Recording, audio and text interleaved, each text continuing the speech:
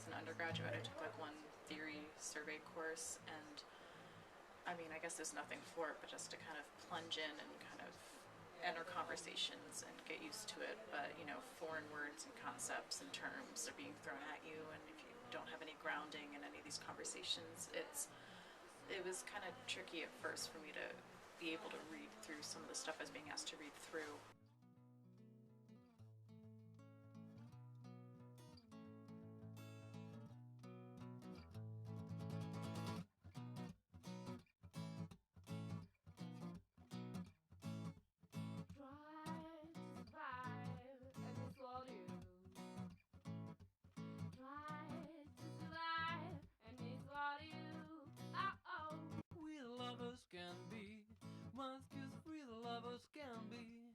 So I came to this PhD program with the kind of chip on my shoulder about having to read theory at all.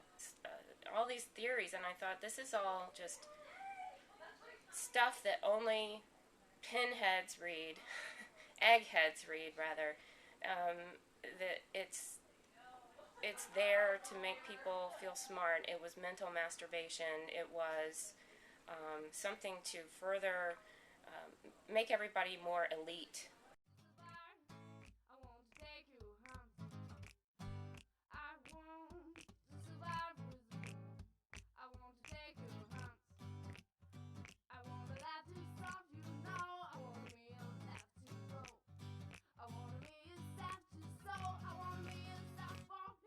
You know, what we do at the end of the day, like, you know, kind of we read books and we talk about them and we write, and, you know, two of those three things are extremely introverted, isolated events. You know, the reading and the writing doesn't happen in a committee, you know, by and large. And that's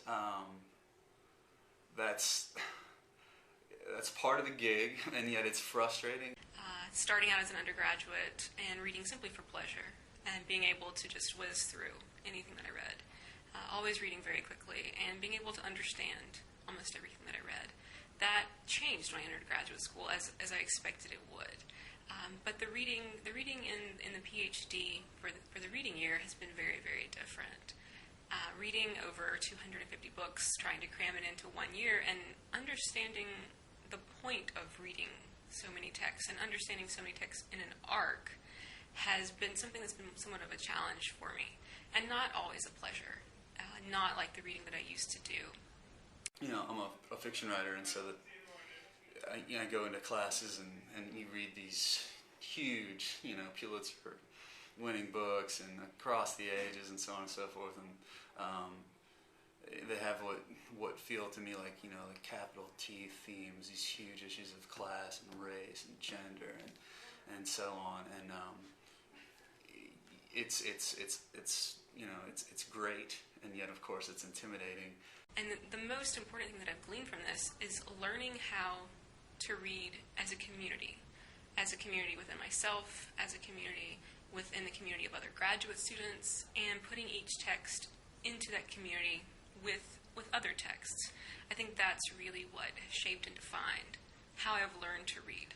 And it was a beautiful sunny day, and I was on the second floor of this coffee house. These different disciplinary divisions kind of gelled and came together. It was a convergence, an apotheosis almost of things that had been studied in vacuums before for me, converging and really informing just the whole of my experiential knowledge and my reading scholarship, and it was just a really miraculous moment. And thinking about literacy in graduate school, for me, it's all about, you know, getting outside your comfort zone. I mean, the point of being here is to,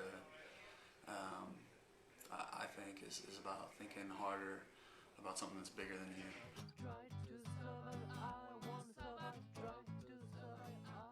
I think particularly with writing, I would be gripped by this panic every time I'd go into finals week about how I didn't know anything and I wasn't any good, and it was all a lie that I should be kicked out of graduate school. I just didn't know what I was doing, I felt like, and I would just kind of write something and somehow magically get an okay grade in the class.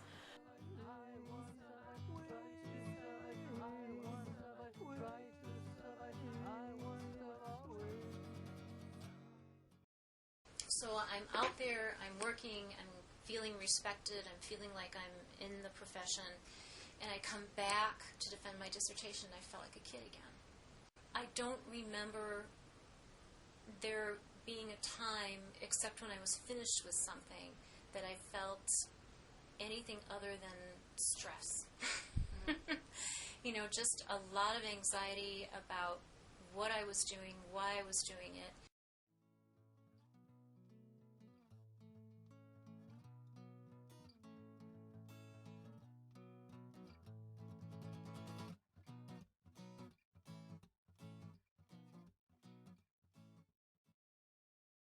You get so obsessed with trying to break up the readings and the writings that everything else in your life drops out. Mm-hmm. And then, for me, having a good, having a healthy relationship with my family and my friends is what keeps me sane. So then, if I let that drop out, right, I start to, get shaken, and I'm like, oh, I need to have a weekend with friends and family. And then, of course, then I get backed up on work.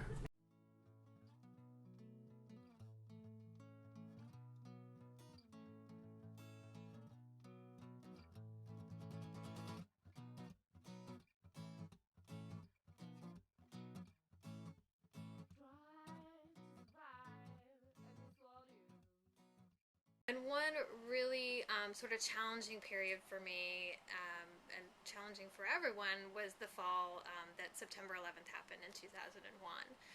John Bryan tasked us with an assignment that was to develop sort of like bioterrorism brochures, information about what to do, how to advocate the public, how to react in case of a bio attack. And I just felt like it was so insensitive and inappropriate, and I was getting really frustrated, and to the point where I remember sitting in John Bryan's office almost in tears, just, thinking that it was not fair and insensitive to be doing this kind of a project, and it just didn't seem realistic. And John Bryan's very good at sort of like leading you in the right direction but not telling you the answer. And I didn't know it at the time because, as I said, I was mostly just really upset about the whole thing. But I look back now and realize how important that project really was, because probably some of your most important times as a writer, and for me now as a professional writer, is having to write quickly and efficiently about projects or about things that are happening right now.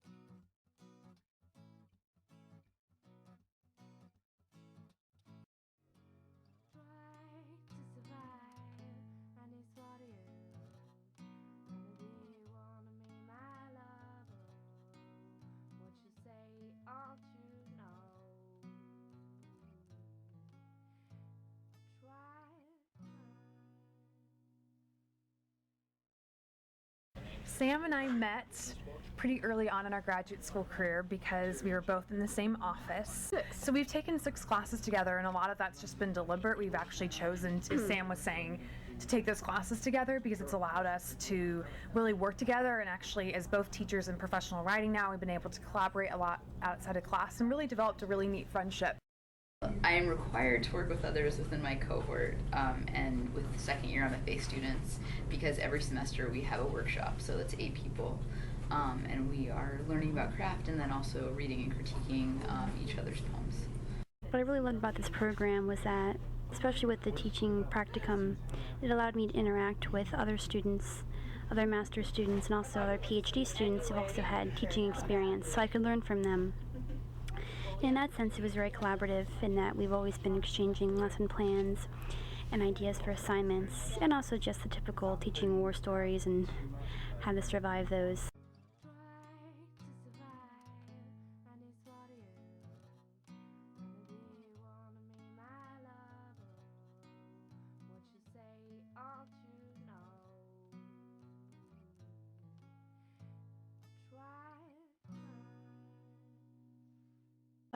I just wanted to respond as a student who is not in the English department. Comparative literature is an interdisciplinary program, so we fall kind of outside the edges of the English department, it is difficult to become a part of the community. Even though I do a lot of medieval studies, I'm not really a medievalist with the other medievalists because I'm on a fellowship this semester. I'm not teaching comp. As a new student in the department, I haven't had the benefit of those kind of default built-in networks. Not that those networks are always amazing and wonderful, but that they're a place to start and they're a place to jump off from. I did my undergrad and my master's in the same place, and my advisor for most of that was he was great, but he was kind of a playwright already, and I was a drama person at that point. And he had kind of this process that I guess I tended to emulate, where he'd be like, I go through a dark time in the winter where I just don't talk to anyone, and I do my writing, and then I have something. And I don't know how much that influenced me in terms of like how I write, but that's kind of that. I had that picture in the back of my head, like here is the time when there's no sunshine, so I shall write things, and no one can see me, which works very well, but especially as an academic where I'm kind of seen, I need to publish things, I need to go present things, I should really talk to people about this kind of stuff, because I can't just be like standing in a corner somewhere reading my paper.